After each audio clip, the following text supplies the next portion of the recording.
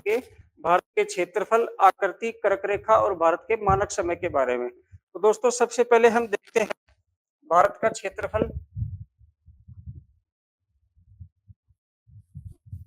या एरिया। दोस्तों भारत के क्षेत्रफल को हम दो तरह से देखेंगे। पहला हम देखेंगे वर्ग किलोमीटर में, वर्ग किलोमीटर में यानी कि किलोमीटर स्क्वायर में। दूसरा हम देखेंगे वर्ग मील में, वर्ग मील यानी कि माइल स्क्वायर में। ठीक है, तो दोस्तों भारत का जो क्षेत्रफल है वो वर्ग किलोमीटर में 32,87,263 किलोमीटर स्क्वायर या वर्ग किलोमीटर है। और दोस्तों वर्ग मील में हम देखते हैं तो 12,69,219 वर्ग मील या माइल स्क्वायर है। तो ये तो हो गया दोस्तों भारत का क्षेत्रफल, एक तरफ वर्ग किलोमीटर में, एक तरफ वर्ग मील में। अब हम डिस्कस करते हैं कि जो भारत का क्षेत्रफल है, ये क्षेत्रफल की दृष्टि से जो भारत है वो उसका विश्व में कौन सा स्थान है। तो यहाँ हम दो चीज देखेंगे। सबसे पहले तो भारत का स्थान क्षेत्रफल की दृष्टि से, और दूसरा हम देखेंगे कि विश्व के कुल क्षेत्रफल का भारत के अंतर्गत कितना प्रतिशत आता है। तो सबसे पहले देखते हैं स्थान। तो दोस्तों क्षेत्रफल की दृष्टि से भारत का विश्व में 7वां स्थान है। अब दोस्तों ये जो 7वां स्थान है, इसका अर्थ ये है कि 6 देश ऐसे हैं जो क्षेत्रफल की दृष्टि से भारत से बड़े हैं। इनमें से पहला है रूस, पहला है रूस, दूसरा है कनाडा, तीसरा है चाइना या चीन, चौथा है अमेरिका यानी संयुक्त राज्य अमेरिका जिसको हम यूएसए भी कहते हैं, पांचवा है ब्राजील, छठा है ऑस्ट्रेलिया,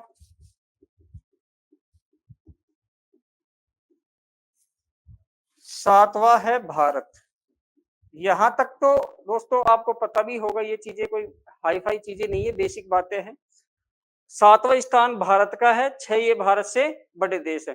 कई बार 8वां, 9वां, 10वां भी पूछ लेता है, वो भी देख लीजिए। 8वां है अर्जेंटीना, 9वें स्थान पे है कजाकिस्तान और 10वें स्थान पे है दोस्तों अल्जीरिया। ऐसे कुल मिला के ये दुनिया के टॉप 10 लार्जेस्ट कंट्री है। अब बात करते हैं दोस्तों प्रतिशत की। हम प्रतिशत की बात करते हैं। यदि विश्व का कुल क्षेत्रफल अपने आप में 100% है तो भारत के अंतर्गत उसका मात्र 2.4% आता है। अर्थात विश्व के कुल क्षेत्रफल का भारत के अंतर्गत 2.4% है।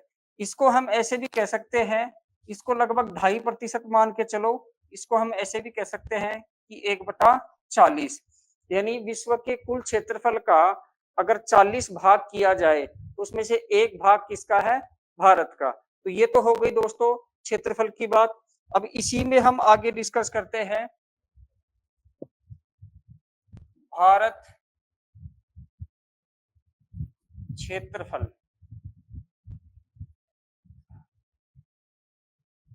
अब इसी में बात करते हैं, एक तो राज्य और एक केंद्र शासित प्रदेश, राज्य और केंद्र शासित प्रदेश। अब राज्यों में बात करते हैं,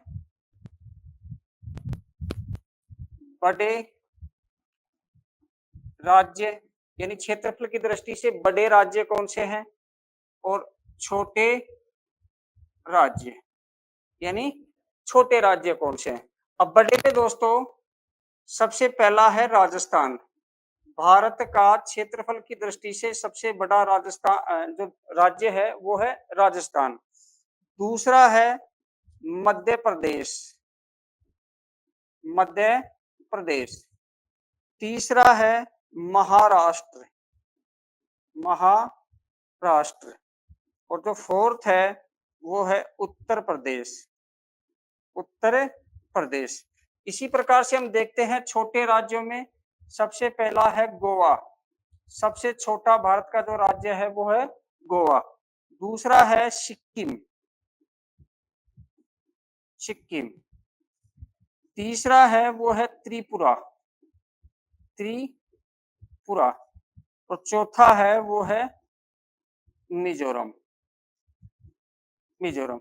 ये वाला जो है दोस्तों, ये भारत के राज्यों का अवरोही क्रम है, यानी कि बड़े से छोटा घटता हुआ क्रम है। और ये वाला दोस्तों ये है बढ़ता हुआ क्रम। बढ़ता हुआ क्रम, यानी कि सबसे छोटा गोवा, उससे बड़ा सिक्किम, उससे बड़ा त्रिपुरा और उससे बड़ा मिजोरम। ठीक है, इसको हम आरोही क्रम कहते हैं। क्या कहते हैं? आरोही क्रम। अब बात करते हैं केंद्र शासित प्रदेशों की। तो यहाँ सिर्फ दो चीज ध्यान रखनी है आपको, सबसे बड़ा केंद्र शासित प्रदेश और सबसे छोटा केंद्र शासित प्रदेश। सबसे बड़ा है वर्तमान में वो है लद्दाख। कौन सा? लद्दाख। और सबसे छोटा है वो है अपना लक्षद्वीप। लक्षद्वीप। ठीक है दोस्तों, तो यहां तक हमारी बात हो चुकी है। अब आगे हम डिस्कस करते हैं भारत की आकृति की। तो दोस्तों भारत की जो आकृति है, आकृति, इसी को हम शेप कहते हैं। शेप। ठीक है, आकृति की बात करते हैं तो दोस्तों भारत की जो आकृति है वो है पतंगाकार। कैसी? पतंगाकार। और इस पतंगाकार को कहते हैं रोहम्बस। इसी को कहते हैं रोहम्बस। ठीक है दोस्तों, अब इसी को कहते हैं विषम कोणीय, विषम कोणीय चतुर्भुज। विषम कोणीय चतुर्भुज, यानी ये चतुर्भुज तो है लेकिन कोण समान नहीं है, इसलिए इसको कहेंगे विषम कोणीय चतुर्भुज। तो ये हमारी क्या है? भारत की आकृति। अब हम डिस्कस करते हैं इससे आगे, वो हम बात करेंगे दोस्तों कर्क रेखा और मानक समय रेखा। तो इसको आप ध्यान से समझो दोस्तों। तो भारत में जो कर्क रेखा है वो गुजरती है ऐसे, जिसमें शामिल है एक तो गुजरात, एक है राजस्थान, एक है एमपी, एक है छत्तीसगढ़, एक है झारखंड, एक है वेस्ट बंगाल, एक ये वाला है त्रिपुरा और ये वाला है मिजोरम। इस प्रकार से जो कर्क रेखा है, कर्क रेखा, इसी को 23.5 डिग्री, 23.5 डिग्री उत्तरी अक्षांश रेखा कहते हैं। उत्तरी अक्षांश रेखा। अब ये 23.5 ऐसे भी लिखा हुआ हो सकता है, 23.5 डिग्री उत्तरी अक्षांश रेखा। ये दोस्तों भारत के 8 राज्यों से गुजरती है। कितने राज्यों से गुजरती है? 8 राज्यों से गुजरती है। इसमें से पहला अपना गुजरात है, दूसरा राजस्थान है, तीसरा एमपी है, चौथा छत्तीसगढ़ है, पांचवा झारखंड है, छठा पश्चिमी बंगाल है, सातवां त्रिपुरा है और आठवां मिजोरम है। अब ये जो कर्क रेखा है दोस्तों, ये भारत को 2 भागों में बांटती है। कर्क रेखा से नीचे का जो भाग है ये है हमारा किसमें? उष्ण कटिबंध में। किसमें? उष्ण कटिबंध में। और कर्क रेखा से ऊपर का भाग है दोस्तों, ये है शीतोष्ण या उपोष्ण कटिबंध में। शीतोष्ण या उपोष्ण कटिबंध में। अब ये शीतोष्ण या उपोष्ण कटिबंध क्या होते हैं वो आप एक मिनट देखिए कि माना कि ये ग्लोब है, इस ग्लोब में 0 डिग्री अक्षांश है। 0 डिग्री अक्षांश। इसी 0 डिग्री अक्षांश को हम विषुवत रेखा, विषुवत रेखा या भूमध्य रेखा कहते हैं। भूमध्य रेखा कहते हैं। ये जो है अपना ये 0 डिग्री देशांतर है, 0 डिग्री देशांतर। और इसी 0 डिग्री देशांतर को हम इंटरनेशनल टाइमलाइन या ग्रीनविच मीन टाइम भी कहते हैं। अब ये 0 डिग्री अक्षांश है दोस्तों, इसके उत्तर का उत्तरी गोलार्ध और दक्षिण का दक्षिणी गोलार्ध, यहां से एक रेखा गुजरती है जिसको हम कहते हैं 23.5 डिग्री उत्तरी अक्षांश रेखा, और इसी को कहते हैं कर्क रेखा। यहां से भी एक रेखा गुजरती है जिसको कहते हैं 23.5 डिग्री दक्षिणी अक्षांश रेखा, और इसी को कहते हैं मकर रेखा। अब यहाँ एक चीज ध्यान देने योग्य है, अगर हम बात करते हैं सूर्य के प्रकाश की, कि सूर्य का प्रकाश है वो पृथ्वी पे किस स्थान पे कहाँ कितना क्या पड़ता है, तो इसको सबसे पहले आप समझो कि दोस्तों आपको पता है कि 21 जून को सूर्य सीधा चमकता है कर्क रेखा पे। इसके बाद आती है जुलाई, फिर अगस्त, फिर सितंबर, और 23 सितंबर को सूर्य सीधा चमकता है विषुवत रेखा पे। फिर आता है अक्टूबर, फिर नवंबर, फिर दिसंबर, और 22 दिसंबर को सीधा चमकता है मकर रेखा पे। यानी कि 21 जून के बाद सूर्य दक्षिणायन होना शुरू हो जाता है और सूर्य की किरणें यहाँ कर्क रेखा के नीचे सीधे चमकना शुरू हो जाती हैं, और 22 दिसंबर को जाती है मकर रेखा पे। अब 22 दिसंबर के बाद फिर सूर्य की किरणें वापस उत्तरायण होना शुरू हो जाती है, फिर आएगा जनवरी, फिर फरवरी, फिर मार्च, और जैसे ही मार्च आता है तो दोस्तों 21 मार्च को सूर्य की सीधी किरणें वापस कहाँ पड़ती है, विषुवत रेखा पे, और फिर आएगा अप्रैल, फिर आएगा मई, और फिर वही जून, और 21 जून को वापस कहाँ चमकेंगी, सीधी कर्क रेखा पे। इससे ये साबित हुआ कि जो ये 12 महीने का चक्कर है, यानी कि 21 जून से लेके और 22 दिसंबर, इसके बाद में 22 दिसंबर से वापस 21 जून, ये 12 महीने का चक्कर है। इसमें सर्वाधिक जो सूर्य का तापमान प्राप्त होता है वो होता है इन दो रेखाओं के बीच में, यानी कर्क रेखा और मकर बीच में। इसी को कहते हैं उष्ण कटिबंध, यानी ट्रॉपिकल जोन। अब यहां से उत्तर की तरफ जाएंगे कि सूर्य की किरणों का तिरछापन बढ़ता जाएगा, यहां से दक्षिण की ओर जाएंगे सूर्य की किरणों का तिरछापन बढ़ता जाएगा। इसलिए अंत में जाके यहाँ उत्तरी ध्रुव और यहाँ दक्षिणी ध्रुव, इसको सबसे कम तापमान प्राप्त होता है जब सूर्य मार्च के बाद अप्रैल, मई, जून, जुलाई, अगस्त, ये जो 6 महीने होते हैं दोस्तों, उस समय उत्तरी गोलार्ध में सूर्य की किरणें सीधी पड़ती हैं, इसलिए यहाँ ग्रीष्म ऋतु होती है, और दक्षिणी गोलार्ध में तिरछी पड़ती है, इसलिए यहाँ शीत ऋतु होती है। इसी समय यहाँ उत्तरी ध्रुव पर 6 महीने का दिन होता है और दक्षिणी ध्रुव पे 6 महीने की रात होती है। इस टॉपिक को हम डिटेल में डिस्कस करेंगे, कभी हम अक्षांश और देशांतर पढ़ेंगे तब। अभी हमें सिर्फ ये देखना है कि भारत के मध्य से जो कर्क रेखा जाती है वो कैसे इंपैक्ट करती है। तो दोस्तों यहाँ स्थित है हमारा भारत, कर्क रेखा भारत के मध्य से जा रही है। अब यहाँ जो कर्क रेखा के नीचे का भारत है ये तो है उष्ण कटिबंध में, और कर्क रेखा के जो उत्तर का भारत है दोस्तों वो है अपना किसमें, उपोष्ण या शीतोष्ण कटिबंध में, उपोष्ण या शीतोष्ण कटिबंध में। अभी उपोष्ण या शीतोष्ण क्या है, कर्क रेखा से 66.5 डिग्री तक का जो भाग है, 66.5 डिग्री नॉर्थ और 66.5 डिग्री साउथ, इसको कहते हैं हम शीतोष्ण कटिबंध। शीत प्लस उष्ण बराबर शीतोष्ण कटिबंध।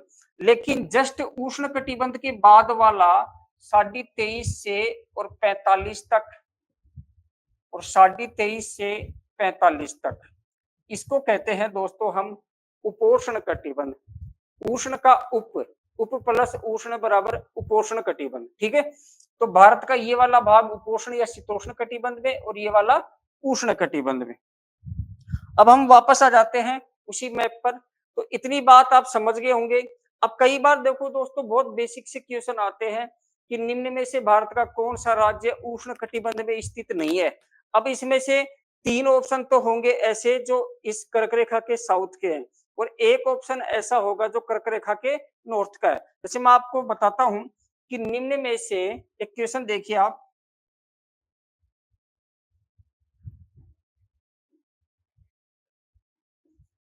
निम्न में से किस राज्य का भाग उष्ण कटिबंध के अंतर्गत नहीं आता है। अब दोस्तों चाहे वो 1 वर्ग किलोमीटर का भाग हो, लेकिन ऐसा कोई भी नहीं होना चाहिए जो कर्क रेखा के साउथ में हो। अब देखिए जितने भी राज्य कर्क रेखा पे है, इनका थोड़ा बहुत भाग तो उष्ण कटिबंध में आता ही आता है। तो अब हम ऑप्शन की बात करते हैं, यहां देखते हैं। ऑप्शन ए है अपना छत्तीसगढ़, ऑप्शन बी है अपना झारखंड,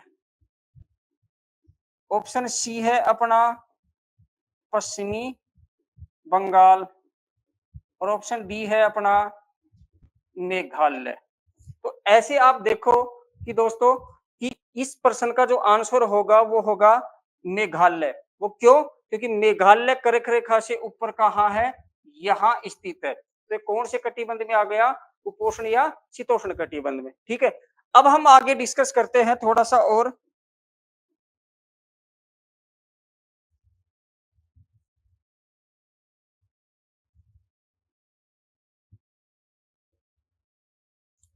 अब देखिए दोस्तों, अब हम बात करते हैं मानक समय रेखा। इसी को आईएसटी कहते हैं। क्या कहते हैं? IST, Indian standard time.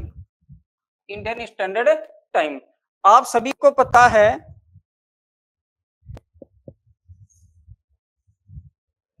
ऐसे ये ग्लोब है। ग्लोब में दोस्तों ये 0 डिग्री देशांतर है और ये 0 डिग्री देशांतर है। इसी को इंटरनेशनल टाइमलाइन या ग्रीनविच मीन टाइम कहते हैं। क्योंकि दोस्तों ये रेखा लंदन की यारमाउथ शहर है। लंदन में जैसे अपने दिल्ली में है मालवीय नगर, उत्तम नगर, ऐसे ही जयपुर में है वैशाली नगर, मानसरोवर, ऐसे ही लंदन में एक यारमाउथ है। ठीक है, अब यारमाउथ में एक वेधशाला है। जैसे अपने जयपुर में जंतर मंतर वेधशाला है, ऐसी एक वेधशाला है जिसका नाम है ग्रीनविच वेधशाला। उस वेधशाला के ऊपर से गुजरने वाली एक काल्पनिक रेखा है, वो है 0 डिग्री देशांतर। इसीलिए इसका नाम ग्रीनविच रेखा भी पड़ता है। ठीक है, अब दोस्तों हमारा जो भारत है वो भारत स्थित है यहाँ ऐसे। अब यहां से एक रेखा जाती है ऐसे, जिसको कहते हैं 82.82 डिग्री उत्तरी अक्षांश रेखा। 82.82 डिग्री पूर्वी देशांतर रेखा, पूर्वी देशांतर रेखा, पूर्वी देशांतर रेखा। ठीक है, अब इसको थोड़ा सा आप समझो। यहां जो 0 डिग्री है, इसके पूर्व की ओर जाएंगे ऐसे 1 degree, 2 degree, 3 degree, 4 degree, 5 degree. तो हमने बात की थी कि 68 डिग्री और 7 मिनट पूर्वी देशांतर से भारत शुरू होता है और यहाँ 97 डिग्री और 25 मिनट पूर्वी देशांतर पे भारत खत्म हो जाता है। लेकिन बीच में आ जाती है कौन सी? 82.82 डिग्री। अब ये 82.82 डिग्री है, ये क्या है वो समझ लो आप। देखो दोस्तों, पूरी जो पृथ्वी है, इस पृथ्वी का जो देशांतरीय मान है वो है 360 डिग्री, 360 डिग्री। और पृथ्वी अपने अक्ष पर 23.5 डिग्री ऐसे झुकी हुई है। ठीक है, और पृथ्वी सूर्य का चारों ओर चक्कर लगाती है और इसी के साथ साथ पृथ्वी अपने अक्ष पे भी चक्कर लगाती है। जब पृथ्वी अपने अक्ष पे चक्कर लगाती है इसी पे, ठीक है, वह एक काल्पनिक रेखा जो पृथ्वी के केंद्र से सीधी गुजरती हुई उत्तरी ध्रुव को दक्षिणी ध्रुव से दौड़ती है, वही पृथ्वी का अक्ष या घूर्णनीय अक्ष कहलाता है। इसको एक्सिस कहते हैं दोस्तों। अब यहाँ क्या है कि जब पृथ्वी अपने अक्ष पे चक्कर लगाती है तो जो सूर्य के सामने अगर कोई बिंदु है तो वही बिंदु दोबारा सूर्य के सामने आता है 24 घंटे के बाद, यानी कि पृथ्वी अपने अक्ष पर एक चक्कर है वो 24 घंटे में पूरा कर लेती है। अब यहां देखो थोड़ा सा, अब मैं आपसे पूछूं कि 1 डिग्री देशांतर घूमने में पृथ्वी कितना समय लेती है, कितना समय लेती है। अब इसका जवाब ये है दोस्तों कि पृथ्वी अपना एक चक्कर पूरा करती है, एक चक्कर पूरा करती है बराबर 24 घंटे में। एक चक्कर का मतलब पृथ्वी 360 डिग्री देशांतर घूम जाती है, तो मैं इसे भी तो कह सकता हूं कि 360 डिग्री घूमती है बराबर 24 घंटे में, तो भी बात वही है। अब मैं कहूं कि 1 डिग्री घूमने में 1 घंटे में, 1 घंटे में कितना डिग्री घूमेगी, कितना डिग्री घूमेगी, तो दोस्तों 360 बटा में 24 यानी कि 15 डिग्री। 1 घंटे में कितना घूम रही है, 15 डिग्री, यानी 24 घंटे में 360 डिग्री घूम रही है, तो 1 घंटे में कितना घूम रही है, 15 डिग्री। अब यहाँ 1 घंटे को मैं 60 मिनट भी कह सकता हूं, तो 60 मिनट में घूमती है 15 डिग्री, कितना, 15 डिग्री। तो 1 डिग्री घूमने में कितना समय लेगी, 60 बटा में 15 बराबर 4 मिनट का समय लेगी। इतना आप समझ गए होंगे। यानी कि पृथ्वी का कोई बिंदु सूर्य के सामने सुबह 6 बजे है, तो पृथ्वी 1-1 डिग्री घूम रही है, तो 1 डिग्री देशांतर को पार करने में सूर्य की किरणें कितना समय ले रही है, 4 मिनट। ठीक है दोस्तों, अब इसी कंसेप्ट से हम 3-4 बातें सीखते हैं। सबसे पहले हम ये देखते हैं कि जो हमारी ये जो रेखा है, हमारी जो रेखा है 82.82 डिग्री, वो कहां से गुजरती है। तो दोस्तों 82.82 डिग्री ऐसे गुजरती है। अब यहां देखो सबसे पहले यूपी, फिर ये कुछ एमपी का पार्ट आ जाता है, फिर ये छत्तीसगढ़, फिर ये ओडिशा, और फिर आता है आंध्र प्रदेश। यानी कि ये रेखा 5 राज्यों से गुजरती है। पहला है उत्तर प्रदेश, दूसरा है मध्य प्रदेश, तीसरा है छत्तीसगढ़, चौथा है ओडिशा, पांचवा है आंध्र प्रदेश। इन 5 राज्यों से गुजरती है 82.82 डिग्री पूर्वी देशांतर रेखा, जिसको भारत का मानक समय माना गया है। अब ये दो तो यूपी में इलाहाबाद है, इलाहाबाद, और इलाहाबाद के पास है नैनी, वहां से गुजरती है। लेकिन नई एनसीईआरटी में इसका नाम दे रखा है मिर्जापुर। ये एक्चुअल में पूरा नाम नहीं है, इसको मिर्जापुर पठार कहते हैं। मिर्जापुर वर्तमान में जिला भी बन गया है, लेकिन ये इलाहाबाद में जो पठार है, इलाहाबाद मिर्जापुर आसपास के क्षेत्र में, वो मिर्जापुर का पठार है। तो मिर्जापुर के पठार के ऊपर से गुजरती है, जिला मिर्जापुर नहीं है, इलाहाबाद के नैनी से गुजरती है। ऐसा थोड़ी है ये थोड़ी साइड में खिसक गई, ऐसा थोड़ी है। नैनी से तो नैनी से ही रहेगी। ठीक है, आगे देखिए आप कि जो 5 राज्य है दोस्तों, और एक कर्क रेखा 8 राज्यों से गुजरती है। अब इनमें से 2 राज्य ऐसे हैं, एक तो देखो एमपी से अपनी ये 82.82 डिग्री भी गुजर रही है, 82.82 डिग्री पूर्वी देशांतर, और एमपी से ही अपनी कर्क रेखा भी गुजर रही है, ये वाली। तो एक तो हो गया एमपी जिला, एमपी राज्य, जिसे दोनों रेखाएं गुजरती है। अब आप देखो, एक तो अपना छत्तीसगढ़ से कौन सी गुजर रही है, कर्क रेखा, और एक गुजर रही है 82.82 डिग्री। तो दोनों रेखा दो राज्यों से गुजरती है, एक तो एमपी और एक छत्तीसगढ़ से। लेकिन प्रश्न ये आ जाए कि 82.82 डिग्री पूर्वी देशांतर रेखा और 23.5 डिग्री उत्तरी अक्षांश रेखा यानी कर्क रेखा दोनों को एक दूसरे को कहाँ काटती है। ठीक है, तो दोनों एक दूसरे को काटती हैं दोस्तों, वो काटती है छत्तीसगढ़ में। छत्तीसगढ़ का एक जिला है जिसको बोलते हैं कोरिया जिला, कोयरा।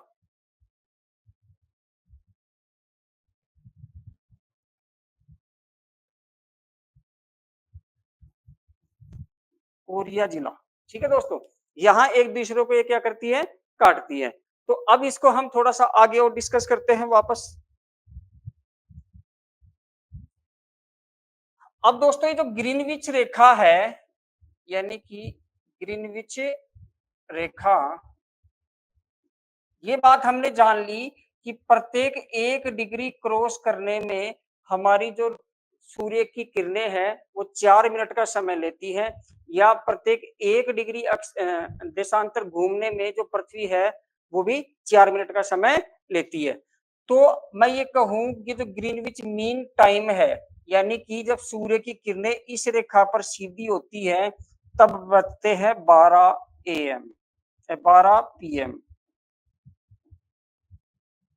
12 PM, यानी दोपहर के समय यहाँ ये रेखा सीधी होती है। ठीक है, यानी इसी को माना गया है अंतरराष्ट्रीय समय रेखा। ठीक है, ग्रीनविच मीन टाइम, इसी को कहते हैं प्रधान मध्याह्न रेखा।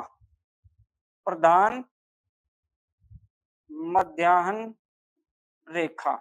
अब मध्याह्न का मतलब होता है दोस्तों मिड डे, मिड डे यानी दोपहर। ठीक है, अब यहां से आपसे पूछे कि हमारा जो मानक समय है वो अंतरराष्ट्रीय मानक समय से कितना आगे है, तो दोस्तों 1 डिग्री में अंतर है 4 मिनट का। ठीक है, अब हमारी कुल है 82.82 डिग्री, तो 82.82 गुणा 4, तो ये आ जाती है 330 मिनट, 330 मिनट। ठीक है, अब इसको घंटे में कन्वर्ट करेंगे, 60 का देंगे भाग। अब 60 का भाग देंगे तो 6 पंजो 30, यानी कि 5 तो हो गए घंटे और बच गई कितनी, 30 मिनट। कितनी बच गई, 30 मिनट, यानी कि 5 सही 1/2 घंटे, यानी कि 5.5 घंटे। तो इसको हम ऐसे भी कह सकते हैं कि भारत का मानक समय अंतरराष्ट्रीय मानक समय से 5.5 घंटे क्या है, आगे है दोस्तों। ठीक है, यहां तक आपका क्लियर हो गया होगा। अब थोड़ा सा आगे देखते हैं कि माना कि